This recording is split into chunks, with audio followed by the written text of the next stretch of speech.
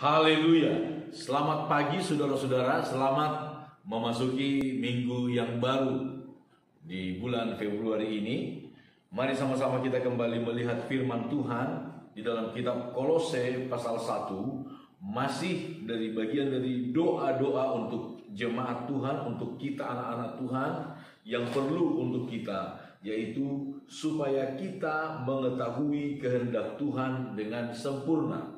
Ketika kita mengetahui kehendak Tuhan dengan sempurna, lalu kita datang ayat 11, dikuatkan dengan segala kekuatan oleh kuasa kemuliaannya untuk menanggung segala sesuatu dengan tekun dan sabar. Lalu ayat 12, dan mengucap syukur dengan sukacita kepada Bapa yang melayakkan kamu untuk mendapat bagian dalam apa yang ditentukan untuk orang-orang kudus di dalam kerajaan terang.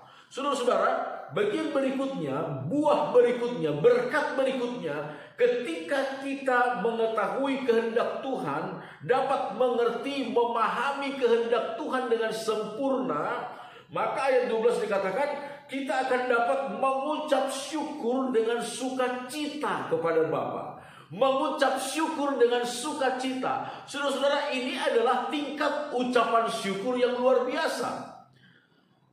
Mungkin saudara-saudara, kita dapat mengeluarkan kata ucapan syukur dari mulut kita, dari bibir kita, tetapi bukan dengan sukacita.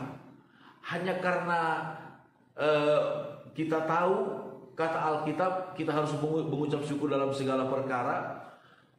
Lalu kita coba mengucap syukur dengan mulut kita, tetapi di hati kita sebenarnya tidak ada sukacita. Tidak ada sukacita dalam pengucapan syukur itu. Itu bisa saja terjadi, saudara-saudara. Itu bisa saja terjadi di tengah-tengah persoalan, di tengah-tengah masalah, beban berat yang kita hadapi. Kita tahu ajaran firman Tuhan berkata mengucap syukur dalam segala hal. Dan kita mencoba mengucap syukur dengan mulut kita. Tetapi sesungguhnya kita belum mengalami sukacita dalam ucapan syukur itu.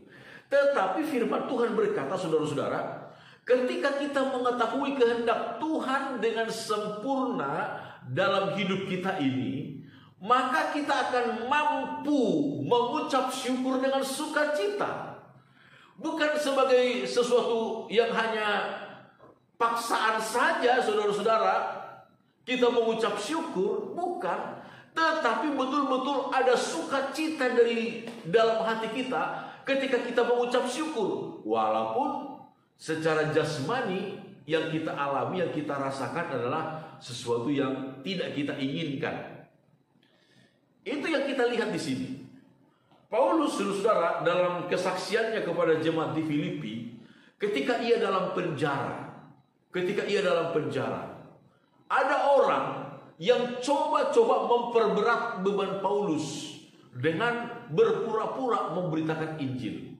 Mereka memberitakan Injil dengan maksud tidak baik. Dengan maksud untuk memperberat beban Paulus di dalam penjara. Tetapi kata Paulus, saudara, di dalam kitab Filipi pasal 1 ayat 18 dikatakan demikian. Tetapi tidak mengapa, sebab bagaimanapun juga Kristus diberitakan, baik dengan maksud palsu maupun dengan jujur. Tentang hal itu aku bersukacita dan aku akan tetap bersukacita. Haleluya, luar biasa, saudara-saudara. Paulus, dia tahu betul-betul kehendak Tuhan dalam hidupnya. Dia tahu betul-betul kehendak Tuhan dalam hidupnya. Walaupun dia sedang di dalam penjara pada waktu itu, dia sadar dia di penjara karena kehendak Tuhan, karena berita Injil, bukan karena kesalahannya, tetapi karena pemberitaan Injil dia harus mengalami masuk penjara. Dan di dalam penjara itu pun dia coba ditekan oleh orang lain, diperberat bebannya oleh orang lain dengan cara berpura-pura memberitakan Injil. Tapi Paulus berkata, saya tetap bersukacita.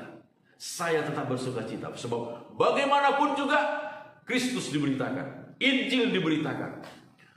Saudara-saudara, ketika kita mengerti kehendak Tuhan dalam hidup kita, sekali lagi saudara-saudara, pengalaman kehidupan kita sebagai anak-anak Tuhan, ada kalanya kita begitu menanjak naik, penuh dengan berkat, penuh dengan anugerah, penuh dengan sukacita. Tetapi ada kalanya juga Tuhan izinkan kita seperti turun, berada di jurang, di lembah yang dalam, di lembah yang dalam. Tetapi kalau kita mengerti kehendak Tuhan, saudara-saudara, apapun situasi, kondisi yang kita hadapi, kita akan dapat mengucap syukur dengan sukacita. Mengucap syukur dengan sukacita. Itulah sebabnya biarlah kita selalu berdoa kepada Tuhan, berdoa kepada Tuhan. Tuhan, nyatakan kehendak-Mu dalam hidup saya. Kalau kita sedang dalam keadaan diberkati oleh Tuhan melimpah, kita tidak menjadi berdosa dengan itu.